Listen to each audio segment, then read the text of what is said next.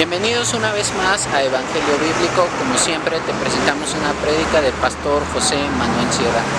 Recuerda que la Biblia dice que es muy importante escudriñar las Escrituras porque a través de ella aprendemos de Dios, aprendemos a cómo actuar en nuestra vida diaria. Así es que te invito por favor a que pongamos mucha atención en el siguiente mensaje.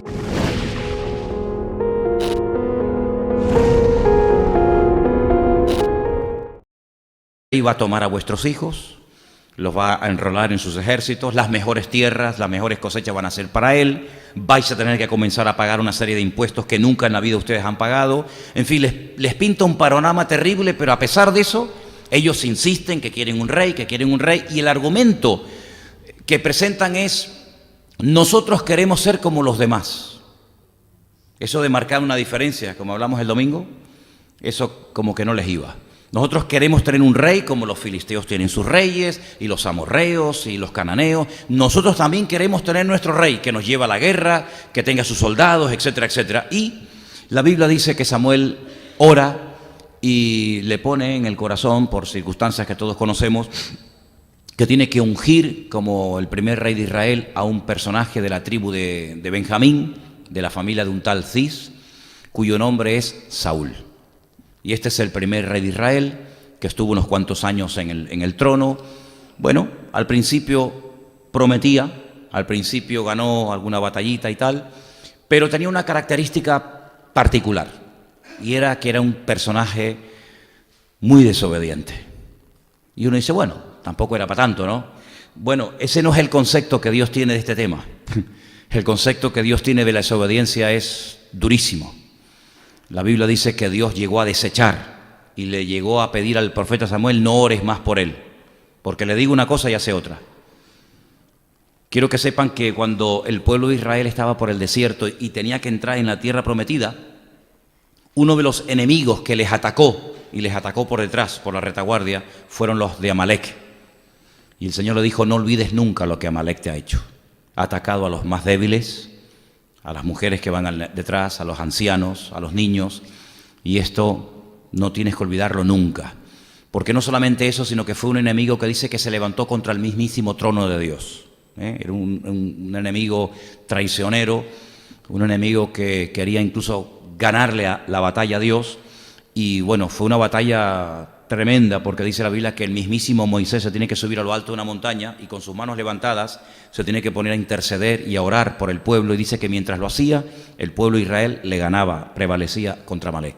Pero claro, los brazos de Moisés se cansaban, los bajaba, y en ese momento prevalecía, hasta que dos hombres del pueblo de Israel se dieron cuenta de que cuando dejaba de orar Moisés se notaba en el pueblo, y automáticamente suben a la montaña, le dicen: siéntate, tú siéntate, ponte cómodo, nosotros vamos a agarrar un brazo, el otro te va a agarrar el otro, y tú sigue orando, te vamos a apoyar, que lo tuyo es orar.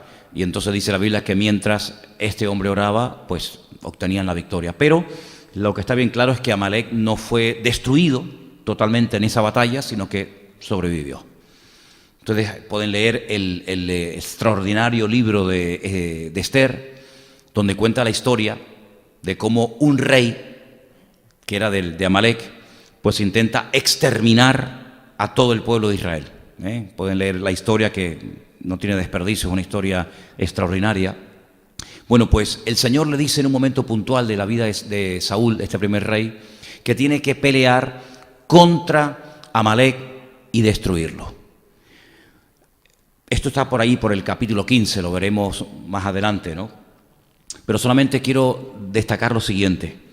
Cuando Saúl va a la guerra, él sabe perfectamente que no se le va a permitir, como en otras guerras, tomar un botín, tomar el botín de guerra y repartirlo entre los soldados, sino que tiene que desechar todo, porque Dios no le va a permitir a Saúl que tome botín de guerra, sino que de Amalek no tienen que coger ni una moneda. Lamentablemente, pues él, autorizando al pueblo, el pueblo perdonó al rey, Agag dice que se llamaba, dice que perdonó ovejas, animales, de lo más bonito, y cuando Samuel se presenta por allí y le dice: ¿y todo esto qué es? Yo creo que la orden estaba clara, ¿no? La orden es que no tenías que traer nada al campamento, ni los más bonitos de los animales, ni nada. Y la excusa que Saúl presenta, en vez de decir, oye, pues lo siento, me he equivocado, he pecado, he desobedecido al Señor, es, bueno, es que el pueblo, yo no tengo nada que ver, el pueblo lo ha perdonado para presentarlo en sacrificio a tu Dios. Y entonces cuando Samuel le dice, mira, más importante que presentar sacrificios es obedecer al Señor, que es lo que tú nunca has hecho, obedecer al Señor. Y ahora te quieres justificar que vas a presentar sacrificios al Señor cuando a ti, ¿cuándo te ha pedido el Señor que haga sacrificio? A ti el Señor te dio una orden y tú no la has cumplido, y encima, en vez de reconocer, en vez de admitir que has pecado, pues como cuando David, ¿no?, se le dijo que había pecado y reconoció, pues le echas la culpa a los demás para justificarte. Esto es una actitud muy infantil, ¿verdad? Yo no he sido, yo no sé, yo no soy, pero es una actitud muy peligrosa, porque cuando uno reconoce, se arrepiente, pide perdón, Dios siempre perdona a la persona que pide perdón, ¿sí o no? Siempre. Dios se agrada en perdonar, pero lo que no le hace ninguna gracia al Señor es ver que una persona peca y que se le amonesta y que encima pues sigue incluso echándole, proyectando sobre los demás su debilidad, su pecado o en fin, o su incompetencia, que fue en este caso, ¿no? Pero en el capítulo 1, que vamos a leer en esta noche, porque el libro de Samuel tiene historias extraordinarias. Hay una historia que ya veremos en su momento cuando los filisteos le roban el arca y se la llevan, lo que pasa, cómo la devuelven. Pero el capítulo empieza hablando de cómo nació Samuel, el protagonista, por así decirlo, uno de los protagonistas principales del libro. Y vamos a leer a partir del versículo 1, ¿vale? Estamos en 1 Samuel, capítulo 1. Y dice así: hubo un hombre de una población llamada Ramataín, de Sofín, del monte de Efraín, que se llamaba Elcana, hijo de Jeroán, hijo de Eliú, hijo de Toú, hijo de Suf, Efrateo. Efrateo era Belén, ¿de acuerdo? Él tenía 2 mujeres. Esto no es que Dios lo aprobaba, pero bueno, ustedes saben que Dios dice una cosa y luego el hombre hace otras, ¿vale? Esto no significa de que esto es correcto. Sí, el relato es este, pero no significa que este señor tenía 2 mujeres. Una se llamaba Ana y la otra se llamaba Penina. Penina tenía hijos, mas Ana no los tenía. Ahora, es interesante notar porque a veces en la Biblia encontramos a hombres que tenían 2 mujeres. Y esto tiene una razón de ser, ¿verdad? Generalmente con una tenían sus relaciones sexuales y otra era simplemente para tener hijos y a una la conservaban de tal manera que no le permitían tener hijos. Pero bueno, no vamos a entrar en esos detalles porque no es una cosa tan importante. La cuestión está en que esta familia, este señor con estas 2 mujeres, todos los años subían de su ciudad para adorar y para ofrecer sacrificios al Señor de los ejércitos en Silo, donde estaban los 2 hijos de Elí, aquellos personajes terribles, Ofni y Fines, que eran sacerdotes del Señor. Dice ahí subían. Muy bonito, muy bonito en Israel, que es en lo alto de una montaña donde hay una vista panorámica espectacular, y allí arriba estaba el tabernáculo que habían traído del desierto, y allí arriba fue durante mucho tiempo donde la gente subía a presentar los sacrificios, ¿vale? Entonces dice que cuando llegaba el día en el que Elcana los sacrificios, ¿vale?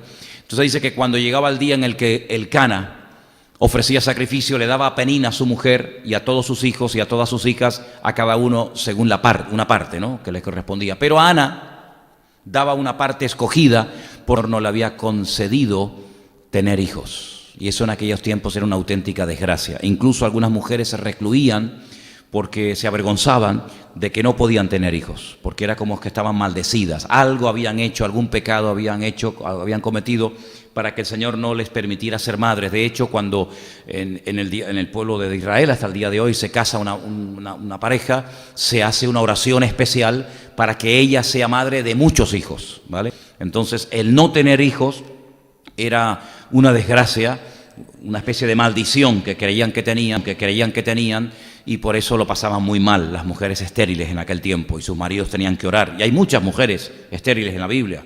La esposa de Abraham fue estéril, la esposa de su hijo Isaac, la esposa de su nieto Jacob también. Ahora aquí tenemos otro caso, ¿no? Y entonces dice que su rival, Penina, la irritaba, enojándola y entristeciéndole, porque el Señor no le había concedido tener hijos. ¿Cuántos años estuvo esta mujer sufriendo o padeciendo esta situación? No lo sabemos. Lo que está bien claro es que la otra abusaba y se reía y se mofaba y, en fin, abusaba de esto, ¿no? Entonces dice que así hacía cada año cuando subían a la casa de Dios. La irritaba así, por lo cual Ana lloraba y no comía. Esto es una señal inequívoca de que esta mujer estaba deprimida. Hoy en día, si fuera cualquier psicólogo, cualquier profesional, le diría: señora, usted lo que está es pasando una depresión, una profunda y seria depresión.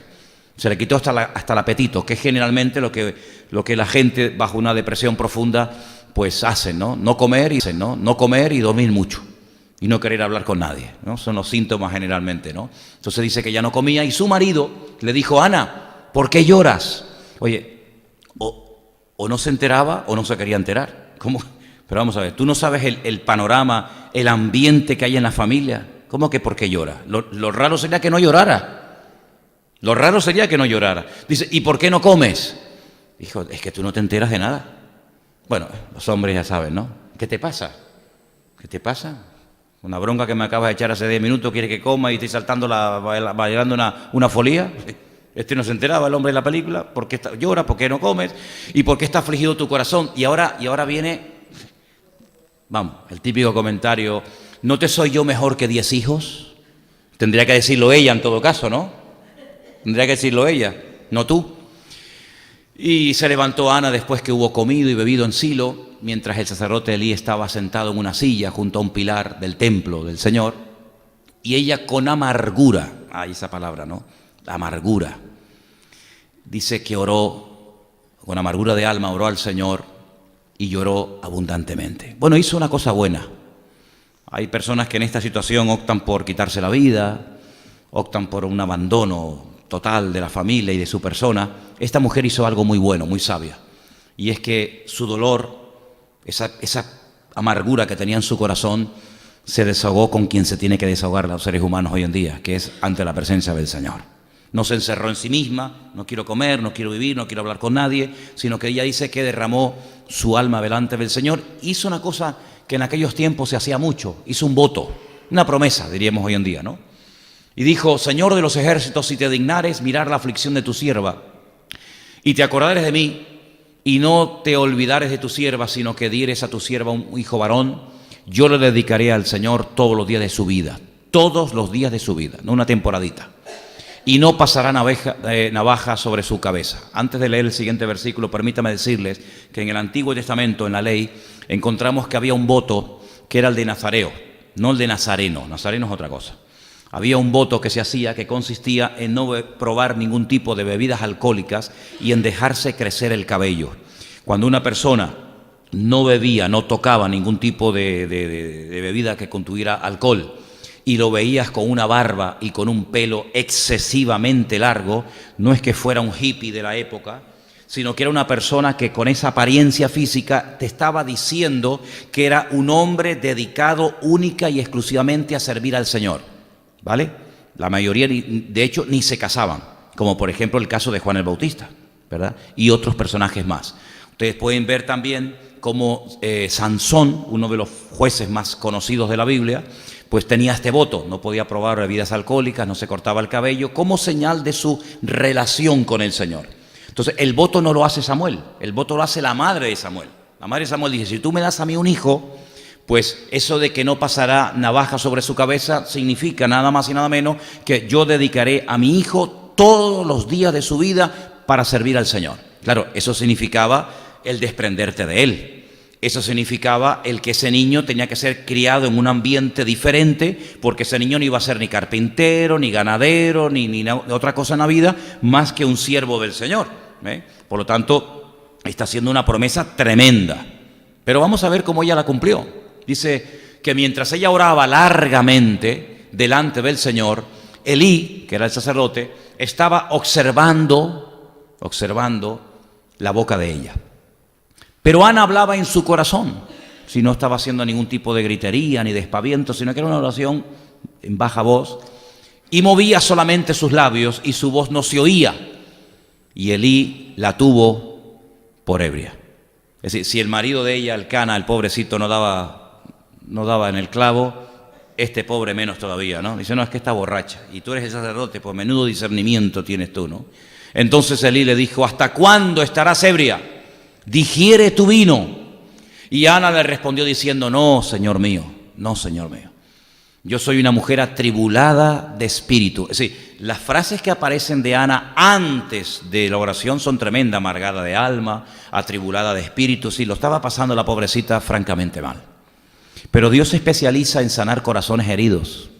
La Biblia dice que cuando el Señor leyó la Escritura en la sinagoga de Nazaret, la Biblia dice que Él vino a vendar a los quebrantados de corazón. Qué bonito, ¿no? Saber que tenemos el mejor médico del alma, que es nuestro Señor Jesucristo. No he bebido vino ni sidra, sino que he derramado mi alma delante del Señor. Qué bonito. No tengas a tu sierva por una mujer impía, porque por la magnitud de mis congojas, otro dato más, y de mi aflicción he hablado hasta ahora. Elí le respondió y le dijo, ve en paz, y el Dios de Israel te otorgue la petición que le has hecho. Bueno, gloria a Dios. Y ella dijo, halle tu sierva gracia delante de tus ojos, y se fue la mujer por su camino y comió. Ese dato es muy bueno. Y comió, y no estuvo más triste. Es decir, hay un cambio. Si nosotros oramos al Señor y venimos con nuestra alma destrozada por problemas familiares, económicos, matrimoniales, físicos o de la índole que sea, y oramos al Señor y derramamos nuestra alma delante del Señor y oramos como dice su palabra, cuando decimos ese amén, no podemos volver otra vez a coger el peso, no podemos volver otra vez a coger la angustia y seguir con lo mismo, R que R, sino que esta mujer, oye, vamos, antes que no hacía, no comía, pues ahora voy a comer. Antes que estaba hecha polvo, ahora voy a estar tranquila y en paz. En otras palabras, esta mujer recobra el equilibrio, ¿sabes? Recobra la serenidad en su alma, en su espíritu. ¿Por qué? Porque acaba de hablar con Dios. Acaba de derramar su alma ante la presencia del Señor. Y cuando tú y yo oramos, pues oye, lo que no podemos es levantarnos exactamente igual. Entonces, ¿para qué oraste? Pues sigue orando. Si te vas a levantar de la oración y vas a seguir en esa actitud, lo mejor es que no hubieras dejado de orar, sino que siguieras orando. Y eso es lo que ella hace. Ella come, ella no está más triste, sino que hay un cambio por fuera y por dentro. Eso es muy significativo, ¿no? Y entonces, levantándose de mañana, adoraron delante del Señor y volvieron y se fueron a su casa en Ramá. Y el Cana se llegó a Ana, su mujer, y el Señor se acordó de ella. Si hay una parte humana, hay una parte divina. Si ella no dice, bueno, pues ahora que el Espíritu Santo me deje embarazada. No, si tú estás casada, dice la mujer, dice la Biblia, la mujer cumpla con su marido el deber conyugal. Y el marido cumpla con su mujer el deber conyugal. No, es que yo estoy orando. Sí, ya, pero hija, llevas 15 días orando y tienes a tu marido a pan y agua, ¿no? Entonces, si vas a vivir como una monja de clausura, te hubieras metido en un convento, no te hubieras casado, porque la Biblia es muy clara en esto, es muy clara en esto. El que quiere vivir solo para el Señor no tiene que preocuparse de nada del mundo, ni de marido, ni de hijo, ni de nada. Pero la mujer casada, el hombre casado, pues tiene que tener cuidado de las cosas del Señor, pero cuidado también de su marido, y también de su esposa, y también de sus hijos. Dice, y si en algún momento, por mutuo, cuidado, esa palabra es muy buena, por mutuo consentimiento en el matrimonio, se decide orar juntos un tiempo, dice, porque hay un problema, hay una situación con un hijo, un problema familiar o lo que sea, dice, pero que después se vuelvan a unir, para que Satanás no os tiente a causa de vuestra incontinencia. Si, vamos, más claro agua, el que no entienda esto es que es tonto, vamos. Entonces, ella ha orado al Señor, ella ha clamado al Señor, pero ahora tú tienes que acostarte con tu marido, y tu marido tiene que acostarse contigo, y tú haces tu parte, ¿vale? Y el Señor hace la suya. Esto siempre funciona así. Siempre funciona así. Ella dice, bueno, el Cana, estate quietito, que yo he orado al Señor, que de un momento a otro te digo, mira, que ya hace unos meses que no me viene lo que me tiene que venir y creo que estoy embarazada. Es que esto no funciona así. Esto no funciona así. Si lo natural, Dios lo ha creado. Y Dios se mueve en lo natural. Si no estés espiritualizándolo todo, porque entonces lo que vas a hacer es echarte piedras contra tu propio tejado. ¿Vale? Entonces, aconteció que al cumplirse el tiempo, claro, es que los tiempos se tienen que cumplir, ¿vale? Esto no es apretar un botón, hay que tener paciencia. Después de haber concebido Ana, dio a luz un hijo y le puso por nombre Samuel, Shemuel, el que Dios oye, o el oído por Dios, ¿no? Y le puso por nombre Samuel, diciendo: por cuanto lo pedí al Señor. Después subió el varón Elcana con toda su familia para ofrecer, ya era el año que viene, ¿no?, el año siguiente, sacrificio acostumbrado y su voto. Pero Ana no subió, escuchen, sino que dijo a su marido: yo no subiré hasta que el niño sea destetado. Ahora, los niños en aquella época estaban mucho tiempo, no es como hoy en día, que bueno, dale 15 días, un mesito, un par de meses. No, los niños estaban a veces años, años, chupando la teta, hablando claro, Entonces dice: yo no subiré hasta que el niño sea destetado, para que lo lleve y sea presentado delante del Señor y se quede allá para siempre. Esto es tremendo, desprenderse una madre, por mucho tiempo que el niño estuviera, chupando la teta de su madre, pues hombre, por mucho tiempo que estuviera, pues ¿cuánto tiempo pudo estar? ¿Cuánto tiempo pudo estar? ¿5, 6, 7 años? Bueno, pues tarde o temprano, bueno, hay algunos que siguen igual hasta los 37, 40 años, ¿Vale? Tienes que decirle: para allá, tienes a tu madre seca ya, ¿no? Vete a chupar a otro lado. Elcana, su marido, le dice: haz lo que bien te parezca. Yo veo un cambio en la actitud de Elcana también, Al principio no entendía nada, porque llora, ¿qué te pasa? Estás rara, no come. Ahora yo veo un cambio en él también, Es muy bonito cómo el Señor tiene que obrar en él y en ella. Oye, no solamente en uno. Dice: quédate hasta que lo destete, solamente que cumpla el Señor su palabra. Y se quedó la mujer y crió a su hijo hasta que lo destetó. Después que lo hubo destetado, lo llevó consigo. Escucha, no lo llevó con las manos vacías, sino que dice: con 3 becerros. Con 3 becerros. Vete a comprar un becerro hoy en día. Vete a comprar un becerro. ¿Cuánto te cuesta a ti un becerro? Yo no estoy muy puesto en esto, pero un becerro vale un dinero, Ahora tú retrocedes miles de años atrás, una familia normal y corriente, que no era una familia pudiente ni multimillonaria, que compran 3 bueyes, 3 cabezas de ganado. Y entonces no solamente eso, sino que dice: lleva un efa de harina, una cantidad de harina, una vasija de vino, y lo trae a la casa del Señor en Silo, y el niño era pequeño. Evidentemente eso es una ofrenda que lleva al templo, al tabernáculo. Dice: y matando el becerro. Pero si te das cuenta, en el versículo 24 dice, habla de 3. Es que no mataron a los 3. Uno era para el sacrificio y los otros 2 eran para el sacerdote. Eso es lo que nos está dando a entender la Escritura. Era la ofrenda que se le daba al sacerdote, ¿verdad?, en aquella época. Entonces, y matando el becerro, trajeron el niño a Elí. Y ella dijo: oh Señor mío, vive tu alma, Señor mío, yo soy aquella mujer que estuvo aquí junto a ti orando al Señor. Por este niño oraba, y el Señor me dio lo que le pedí.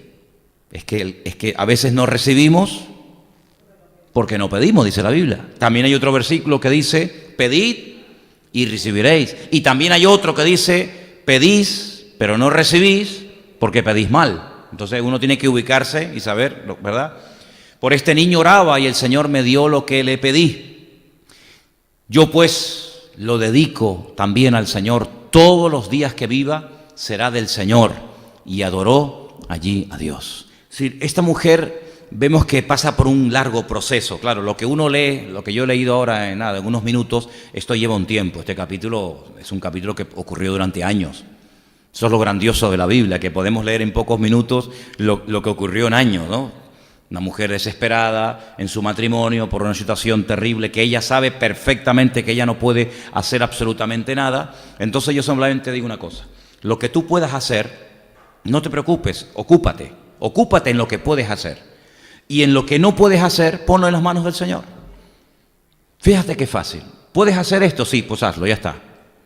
¿No puedes hacer tal cosa? No, pues no te preocupes, déjalo en las manos del Señor. El ser humano es tan cabezón que lo hace al revés. Se quiere ocupar de lo que no puede hacer, se preocupa, porque como no puede hacerlo, por más que lo intente, siempre fracasa, y lo que en el fondo debería hacer no lo hace. No, tienes que cambiar el chip. ¿Qué es lo que tú puedes hacer? En el caso de ella, pues lo primero, orar. Venga, empieza orando. Empieza a orar. Derrama tu alma delante del Señor. No vayas por las casas quejándote a la vecina: mira que mi marido no sé qué, mira cómo se meten conmigo, mira Perina. No. Lamentos, y levantando por ahí pena, eso nos arreglan los problemas. Tú enciérrate en la presencia del Señor, Dice la Escritura, tu Padre que te ve en lo secreto, te recompensará en público. Entonces lo primero que ella hace es decir, bueno, vamos a ver, este problema no se soluciona ni con dinero, ni yendo al médico, ni levantando pena y lástima y compasión. Este problema que yo tengo es un problema que se me escapa de las manos. Ni siquiera poniéndome de acuerdo con mi marido lo podemos solucionar. ¿Quién me puede a mí sacar de este atolladero? ¿Quién me puede a mí ayudar a esta situación que yo tengo? Este problema físico. Muy bien, ¿el Señor? Pues el Señor. Buscad primeramente el reino de Dios y todo lo demás vendrá por añadidura. Ella derrama su alma delante del Señor. Y yo no veo a Ana otra vez agobiada, preocupada, quejándose, sino que yo la veo que vuelve a una vida normal, donde mantiene relaciones con su marido, donde ella dice que no está más triste, ¿sí? Pone todo de su parte para cambiar su actitud. Cuando una persona está triste, la forma como habla, la forma como te mira, la forma como se viste incluso, pues delata que estás pasando un problemón. Ella no, ella dice, no estuvo más triste. Ahora añádele a eso todo lo que quieras. Y dice que empieza a comer, lleva una vida normal. Todavía no has sentido los síntomas de un embarazo, acaba de orar. ¿Qué síntomas va a sentir si aún no ha tenido oportunidad de estar íntimamente con su marido? Pero ella cambia su actitud. Y después cuando llega a la casa, pues hace lo que tiene que hacer una mujer casada, cumplir con su marido, y ella espera en el Señor. Pero no empieza a estar gozosa, y no empieza a comer, y no empieza a actuar de una forma diferente cuando ya sabe que está embarazada. No, eso no dice la Biblia. La Biblia dice que ella se levantó, porque se ve que estaba postrada, evidentemente, se ve que estaba orando, de rodillas o tirada en el suelo, vete tú a saber. Dice, ella se levantó y comió y no estuvo más triste. Y después habla de que su marido, Elcana, se llegó a ella y tal y cual, pero ella toma medidas antes de. No sintió nada, no vio nada, no se le apareció un ángel, no tuvo una visión, un sueño, sino que ella creía que si ella oraba y clamaba a su Dios la iba a ayudar y le iba a responder. Fíjate que Dios no le habla, Dios no le dice, bueno, no te preocupes que vas a ser madre. Dios no le dice nada, es más, el único que le dirige la palabra, la dirige mal. Para tirarle un jarro de agua fría, ¿no?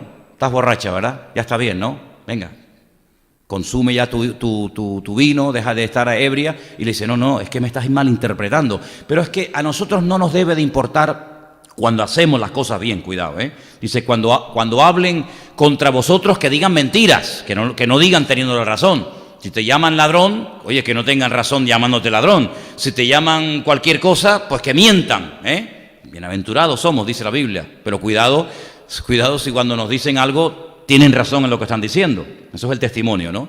Entonces, esta mujer vemos que derrama su alma delante del Señor. Ella cambia previamente a estar con su marido, porque a veces nosotros caemos en un grave error.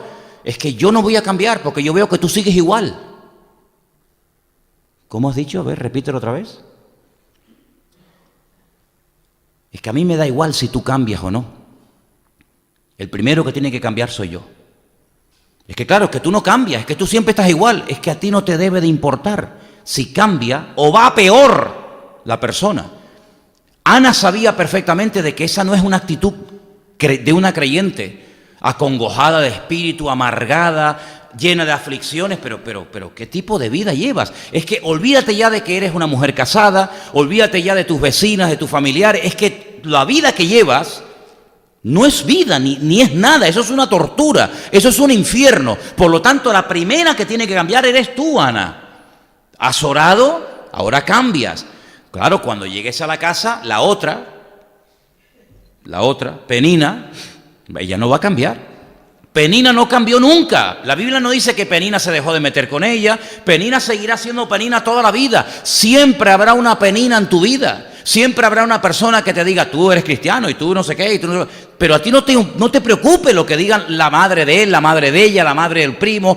A ti no te importa. La que tiene que cambiar de actitud eres tú, porque tú eres la que has derramado tu alma delante del Señor.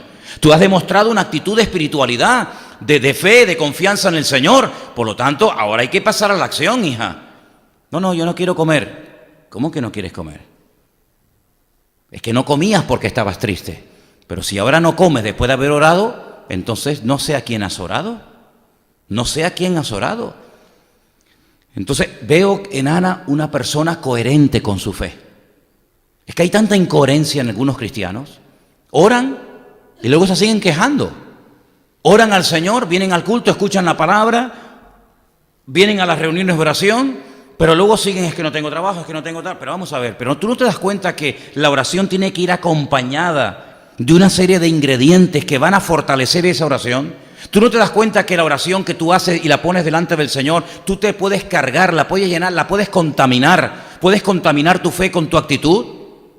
Porque si sigues igual, entonces yo creo que tú no has entendido lo que acabas de hacer. Tú has orado al Dios vivo, al Dios que tiene ojos y ve, al Dios que tiene boca y habla, al Dios que tiene oídos y oye. Si tú crees que yo he orado a un Dios que me oye y que responde, porque la Biblia dice, clama a mí.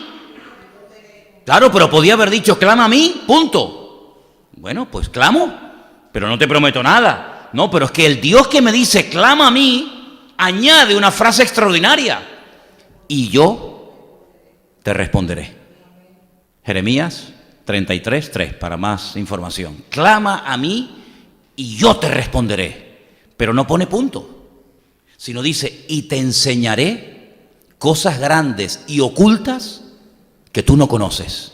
Es que ese versículo es una bomba. ¿Por qué no se lo aprenden de memoria? Clama a mí y yo te responderé y te enseñaré cosas grandes y ocultas que tú no conoces. Venga, clama a mí y yo te responderé y te enseñaré cosas grandes y ocultas que tú no conoces. Ustedes solo, clama a mí.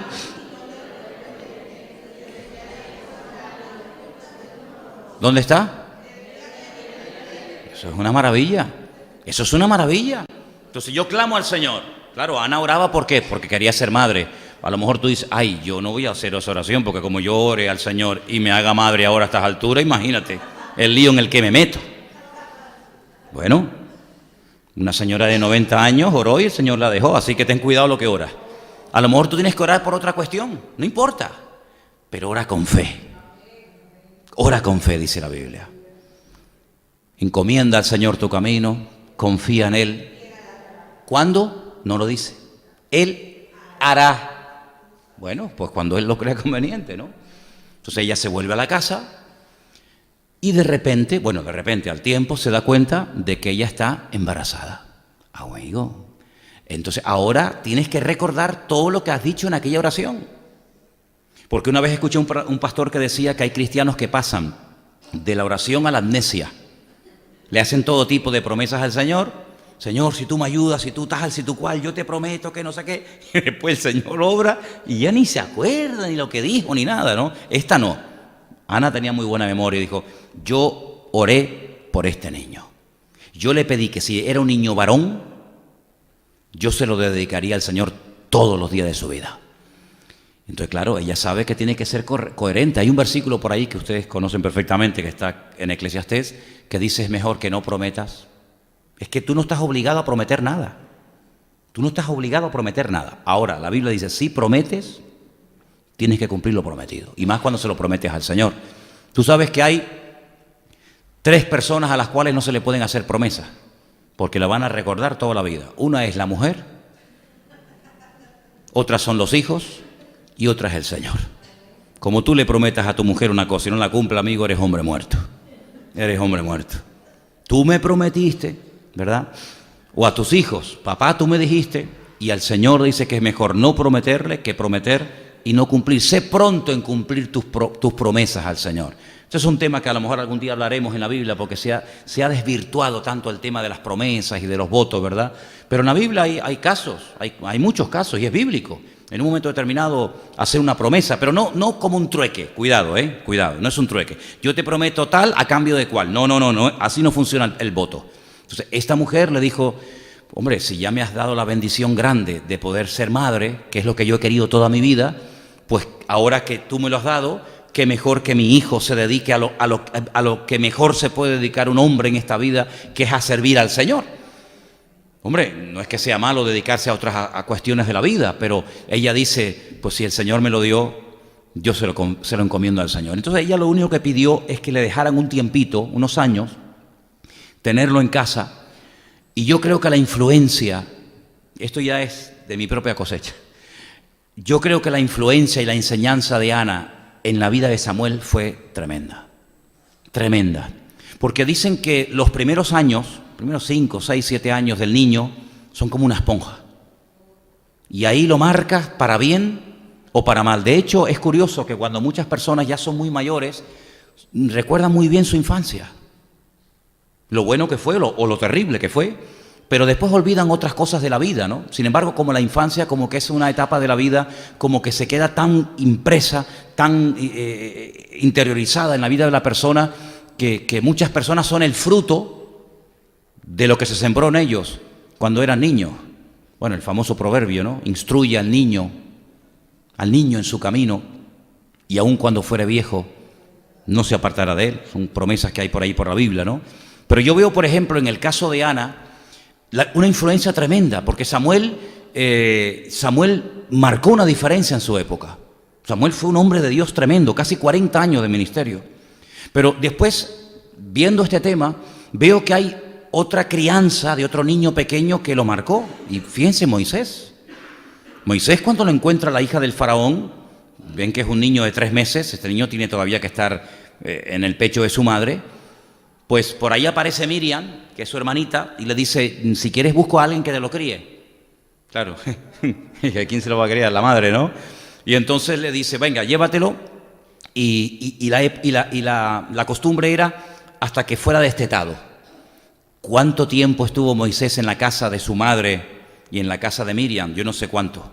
Nadie tal vez con seguridad te lo puede decir. Lo que sí te puedo asegurar con todo el sentido es que esos años que estuvo en la casa Moisés con su madre y con su padre y con sus hermanas, con su hermano Aarón y Miriam, lo marcaron para toda la vida.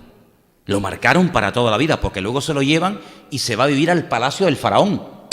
Y ahí se pierde el contacto. Y cuando él tiene 40 años, dice, es que yo me he criado aquí, este es como si fuera mi padrastro, mi madrastra, pero mi pueblo está en las calles. Dios, ¿cómo lo sabía él? ¿Verdad? ¿Cómo sabía él? Porque él fue criado, dice según, en toda ciencia de Egipto. Él era un egipcio. Hablaba como los egipcios, caminaba, se vestía como un egipcio, pero aquella enseñanza lo marcó, que dice que él salió un día por las calles y él no tenía esa arrogancia de los egipcios, de decir, mira los asquerosos esclavos estos, dándole patadas, sino que él vio que un egipcio golpeaba a un hebreo y a él se le revolvieron las entrañas. Él dice, no, yo no puedo permitir, porque él tenía esa conciencia de que, bueno, yo he sido criado allí, pero yo no soy de allí, yo soy de esta gente. Y dice que se levanta contra el egipcio con tal ira que lo mata. Luego, la enseñanza que le dieron a este niño de pequeño lo marcó para toda la vida, fíjate Moisés. Y en la de Samuel exactamente igual, porque ella lo entrega, se lo lleva a Elí, y el domingo pasado, ¿de qué hablamos, hermano? Que se lo llevó y lo metió en un ambiente que aquello era un desastre. Yo hoy lo leía otra vez, si quieren después podemos leer un poquito, pero yo lo leía y yo decía, Dios mío, pero esta mujer, claro, es que ella le prometió al Señor, pero es que lo llevó al peor sitio, es que no podía haber peor sitio para crecer sanamente, espiritualmente hablando, que la casa de Elí. Hombre, Elí era un bonachón, un hombre que dice que no le corregía a los hijos, todo se lo permitía, ¿verdad? Pero es que los hijos de Elí eran terroríficos, eran demonios. Bueno, yo dije el domingo que en el texto original aparece Benei Belial. No dice hijos de Elí, eso dice en español. No, en hebreo dice Benei Belial, eran hijos del diablo, eran terribles. Oye, vamos a ver, violando a mujeres en la puerta del tabernáculo, ¿pero esto qué es?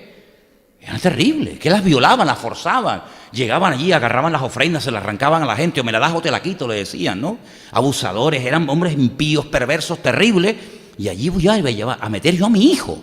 Por la mañana, por la tarde, por la noche, por la mañana, por la tarde, por la noche, viendo la conducta, viendo el comportamiento. Bueno, pues leyendo un poquito más adelante, resulta que encuentro versículos tremendos, muy impactantes. Estamos en 1 Samuel y dice, por ejemplo, el capítulo 3. El joven Samuel ministraba al Señor en presencia de Elí, la palabra del Señor escaseaba en aquellos días, ¿verdad? Pero sin embargo vemos que Samuel una noche recibe un llamado, cuando es un niño, y Dios le habla y le da una palabra impresionante para Elí, para Ofni y para Fines. Y le da una palabra profética terrible, diciendo, en un día morirán tus hijos, cosa que ocurrió. Pero sin embargo, en el capítulo 3, versículo 2 dice: aconteció un día que estando Elí acostado en su aposento, cuando sus ojos comenzaban a oscurecerse, de modo que ya no podía ver. Claro, en aquellos días no había luz eléctrica ni nada, imagínate la oscuridad, lo oscuro que tenían que ser las noches en aquellos tiempos.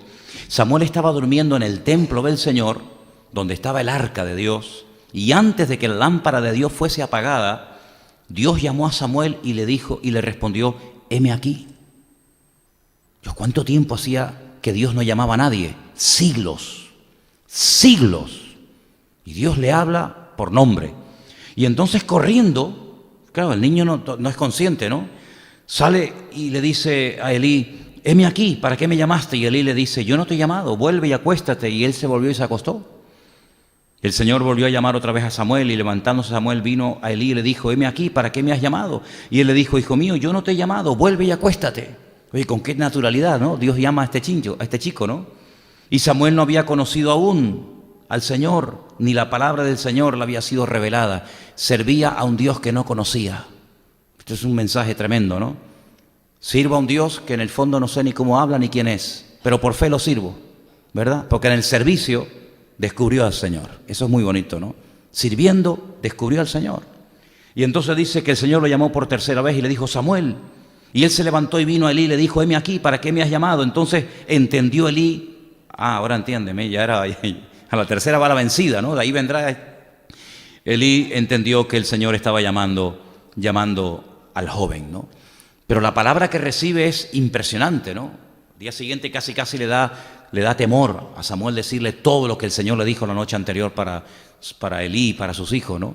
Entonces yo veo que en ese ambiente de corrupción, de inmoralidad, de abuso, Dios va forjando y Dios va preparando y Dios va levantando a un hombre que va a dirigir el destino de la nación por 40 años y va a ser un hombre clave en la historia de Israel, y él va a ser el que va a ungir al primer rey de Israel, a Saúl, que va a ser un desastre como rey, pero el Señor le va a dar el privilegio de no dejarlo con ese dolor, con esa pena de que el país se va al garete, sino que Dios tiene un futuro alentador y le permite ungir al segundo rey de Israel, que no iba a ser de la descendencia del primer rey, de Saúl, no va a ser de la tribu de Benjamín, porque recuerden este dato muy importante: Saúl, el primer rey, era de la tribu de Benjamín, pero en Génesis 49, Jacob da una palabra profética impresionante. Él reúne a todos los hijos, ahora vamos a leer un poco, Génesis 49, y los llama y les dice: vengan para acá. Y les da una palabra profética y les marca el destino a cada uno de sus hijos. Y a Judá, a su hijo que va a ser el futuro descendiente de la tribu de Judá, le dice que el cetro, la monarquía, el rey, el Mesías, iba a venir por la estirpe y por la descendencia de Judá. Por lo tanto, Saúl no podía seguir siendo el rey eternamente y para siempre, sino que Dios le dice: yo he escogido a otra persona. Era un desconocido, nadie sabía ni dónde estaba, ni nada de nada, no era conocido, pero el Señor sabía dónde estaba. Porque así como estuvo durante años preparando en la clandestinidad oculta, de una forma oculta, a Samuel, el Señor ha estado preparando a un jovencito, un tal David, en las montañas, que es el más pequeño de 8 hermanos, y dice la Biblia que ese era fiel, ese era obediente, y ese va a ser el segundo rey de Israel. Fíjate que los demás hermanos no querían atender las ovejas de su padre, pero este sí. Este se iba al monte y estaba días con lluvia, con frío, con invierno, con verano, cuidando ovejas, pero no solamente cuidándolas, porque claro, tú puedes estar cuidando una cosa, pero cuando ves un peligro salgo corriendo. No, es que este no se iba, porque su padre le dijo: tú me cuidas las ovejas, y él lo asimiló tan profundamente que dijo: si mi padre me dijo que yo cuidara, que eran poquitas, ¿no?, esas pocas ovejas, yo me voy a jugar la vida por las pocas ovejas de mi padre. Y dice que se enfrentó contra leones. Dios, que esto es tremendo. ¿Y pelear con un león?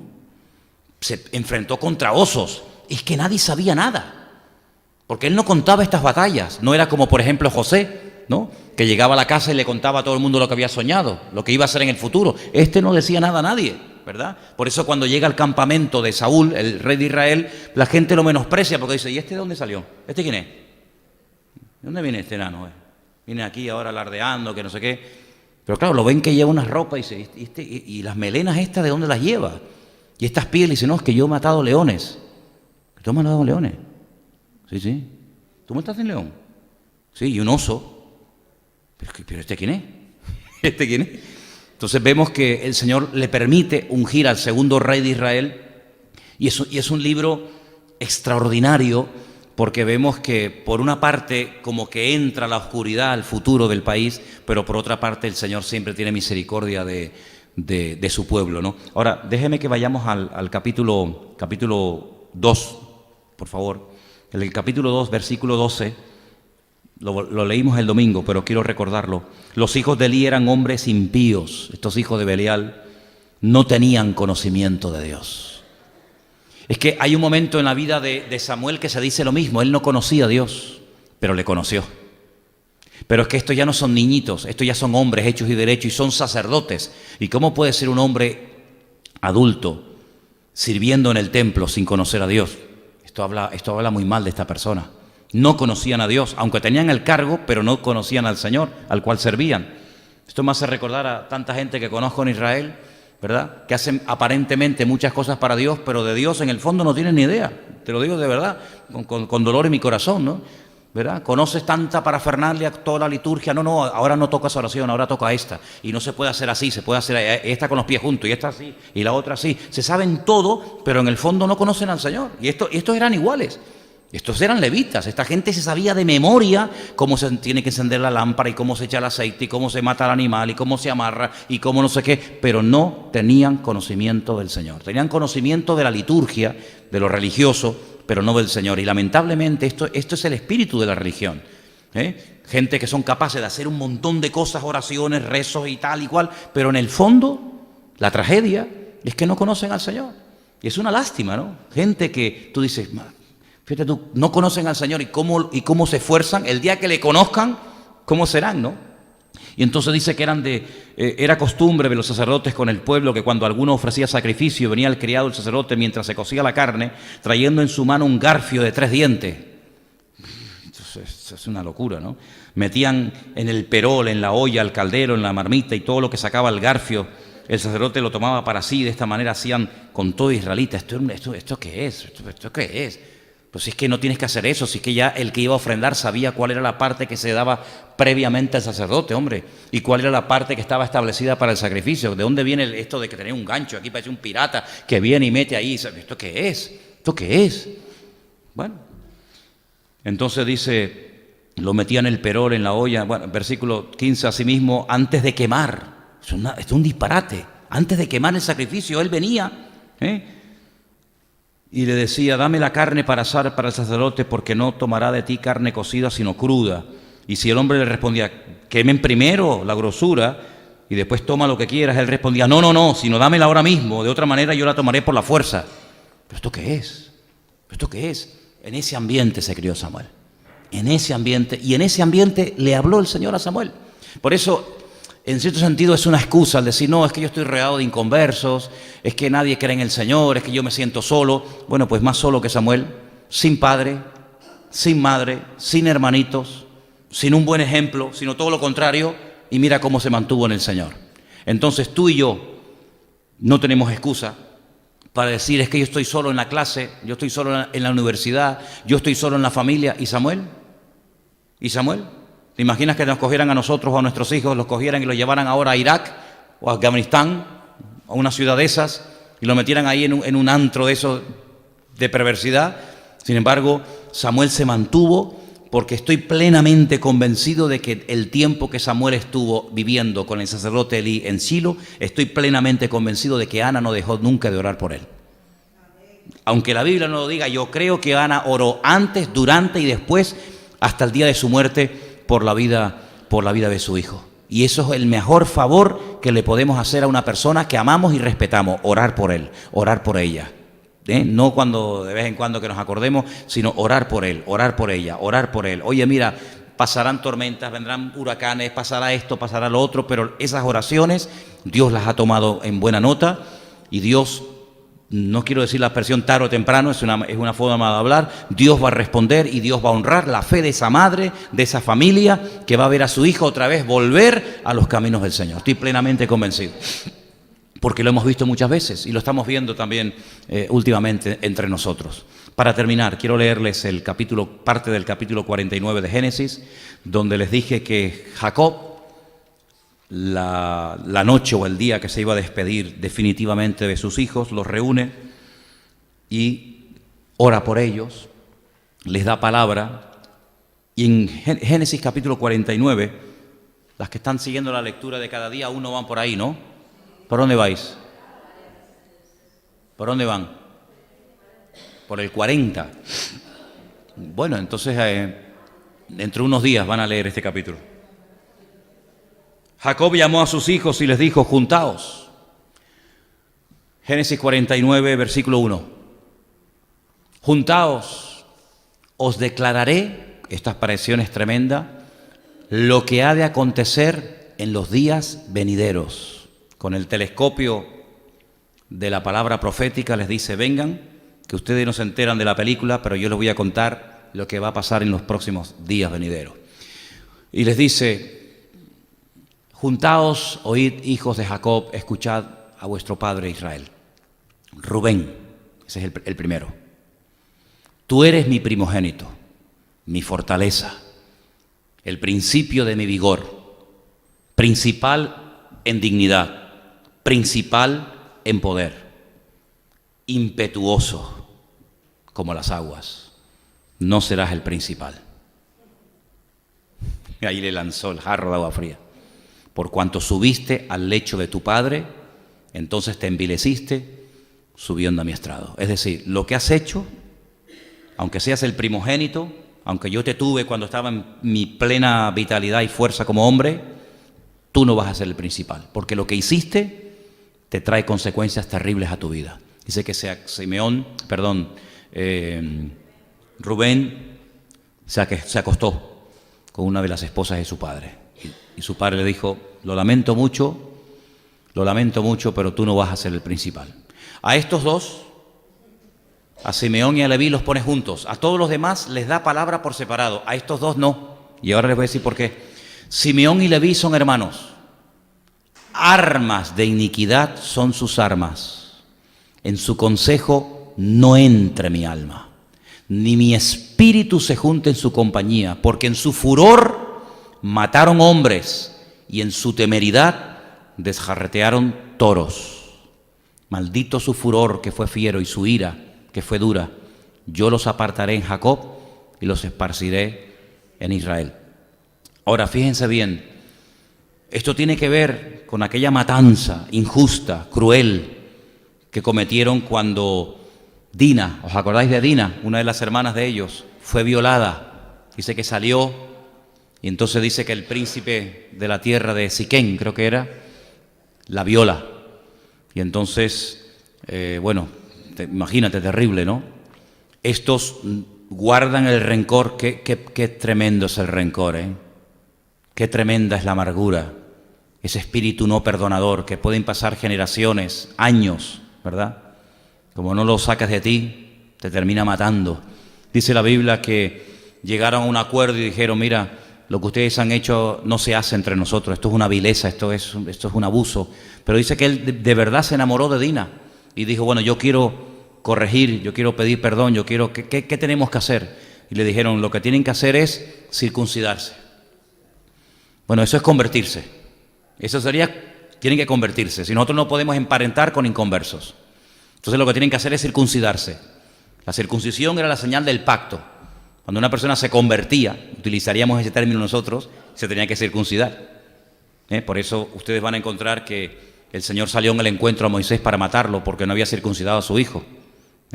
Entonces, ellos aceptan, ¿vale? Nos vamos a circuncidar, con lo que eso conlleva: renunciar a la idolatría, convertirse al Dios de Abraham, de Isaac y de Jacob, dejar la inmoralidad, etcétera, etcétera, etcétera. Ellos dijeron: adelante, estamos dispuestos. Toda una ciudad entera, Al tercer día, estos dos, Leví y Simeón, dicen: oye, ahora están los hombres en el peor momento. Entonces acaban de circuncidar, no son niños que se hayan circuncidado, son gente adulta, sin anestesia. Ahora si les atacamos no tienen fuerza para defenderse. Y los reventaron a todos. Mataron a todos los hombres de la ciudad. Hicieron una masacre, una injusticia, porque una cosa es pelear contra una persona que te está atacando. Cuando dice la Biblia no matarás, realmente el mandamiento dice no asesinarás. Eso es un asesinato. Eso no fue en defensa propia, sino esto fue un crimen, esto fue una injusticia. Ustedes han puesto unas condiciones, el pueblo las ha cumplido y ustedes les mienten y van y los asesinan. Eso no está permitido en la palabra de Dios, eso es un crimen. Entonces cuando Jacob se entera, dice, yo no puedo permitir esto. Por eso dice que ustedes son alejados de mí, esa ira, ese furor. Leví, digamos que rectificó cuando dice la Biblia que se levantó contra los que habían adorado en el desierto al becerro de oro y dice que se lanzó, ¿verdad? Hizo una limpieza en el campamento. Entonces ahí como que restituye un poco la vida, ¿no? Pero Simeón por el contrario no. Entonces no vamos a leer todo el capítulo, solamente quiero llevarles al capítulo al pasaje de Judá, porque es un capítulo muy largo. Pero fíjense que cuando le habla el Señor a Judá, y digo esto porque David, el segundo rey de Israel, era de la tribu de Judá, le dice en el versículo 8, Judá, te alabarán tus hermanos te van a alabar. Tu mano en la cerviz de tus enemigos, los hijos de tu padre se inclinarán a ti. Ay, amigo, cachorro de león Judá, de la presa subiste, hijo mío, se encorvó, se echó como león, así como león viejo, ¿quién lo despertará? Escucha, no será quitado el cetro de Judá. Ahí está, el cetro, que es lo que representa el poder, la monarquía, ¿no? No será quitado el cetro de Judá ni el legislador de entre sus pies hasta que venga Shilo. ¿Qué es esto? Shilo es uno de los nombres del Mesías. Escuchen esto es tremendo, esto es tremendo. Lo voy a volver a leer. No será quitado el cetro de Judá ni el legislador de entre sus pies hasta que venga Cristo, hasta que venga Shilo, y a él se congregarán los pueblos. Entonces se le da a la tribu de Judá el cetro, la autoridad para ser rey, y dice, y no se le va a quitar a Judá el cetro, la autoridad, hasta que venga Shilo. ¿Vino ya o no vino? Por eso cuando nació el Señor Jesucristo, el rey de Israel no era de la tribu de Judá, era un idumeo llamado Herodes el Grande. Por eso Cristo tenía que haber nacido en aquella época, no podía haber nacido antes, porque si hubiera nacido antes estaba el nazí. El nazí es el que llevaba, no relacionen esa palabra con nada moderno porque se van a confundir. El nazí era el descendiente de la tribu de Judá que podía ocupar el trono como rey. Claro, ¿quién iba a poder ocupar el trono legal como rey? Nadie. Por eso Roma dijo, bueno, tú te ponemos como rey. Entonces dice que el cetro será quitado a Judá, no le sería quitado, y el legislador entre sus pies hasta que viniera Shilo. Cuando vino el Señor Jesucristo, los magos de Oriente vinieron, van al Herodión, van al palacio del rey Herodes, pasan la primera guardia, pasan la segunda guardia, tocan las trompetas, le dicen al rey, hay unos señores allá afuera.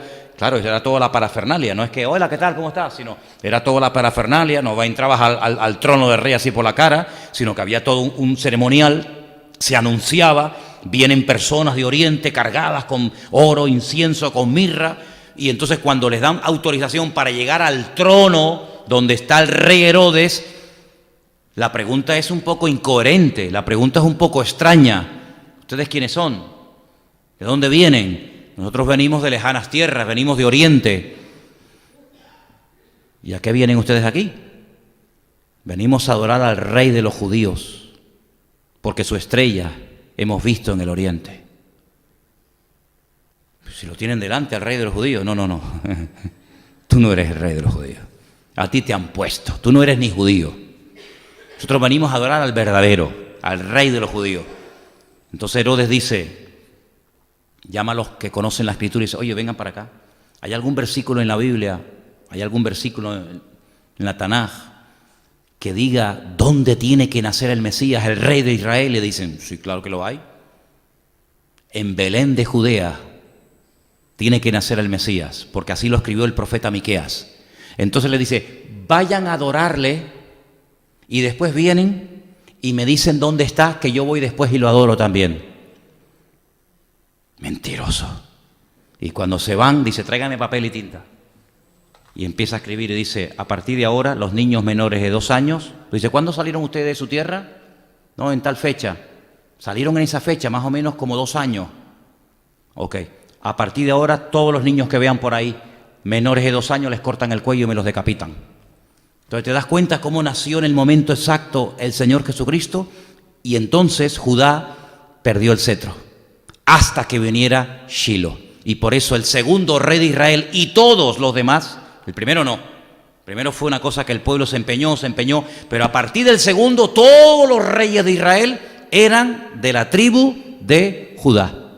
Incluso el Señor Jesucristo es de la tribu de Judá por parte paterna, Mateo 1, y por parte materna, Lucas capítulo 3, demostrando que nadie podía ser rey de Israel si no era de la tribu de Judá. Como se sabe también que nadie que no sea de la tribu de Leví puede ser sacerdote.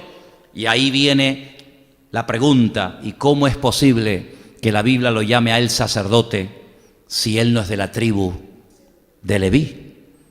Y ahí los judíos te pinchan con sus preguntas saduceas, tratando de confundirte. Dice, bueno, vale, de la tribu de Judá puede ser rey, puede ser Mesías, pero dice que él es sacerdote para siempre, pero él no puede ser sacerdote para siempre, porque él no es de la tribu de Leví.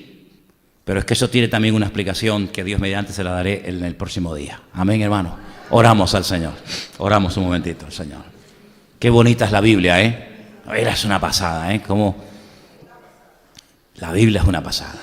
Ustedes disfrutan oyendo, yo disfruto enseñando. y yo aprendo enseñando. Gracias te damos, Señor, en esta noche por tu preciosa palabra. Gracias, Señor, abre nuestros ojos para que podamos ver las maravillas de este libro que hemos comenzado a leer y que queremos descubrir las maravillas que están ocultas en él, Señor. Enriquece nuestra alma y nuestra vida a través de la lectura de tu palabra cada día, y te pido, Señor, en el nombre bendito y soberano de Jesús, que tú sigas bendiciendo y pastoreando nuestras vidas como hasta el día de hoy, Señor. Te damos muchas gracias por todo en el nombre de tu amado Hijo Jesús. Amén y amén. Gloria a Dios. Nos ponemos de pie, hermanos.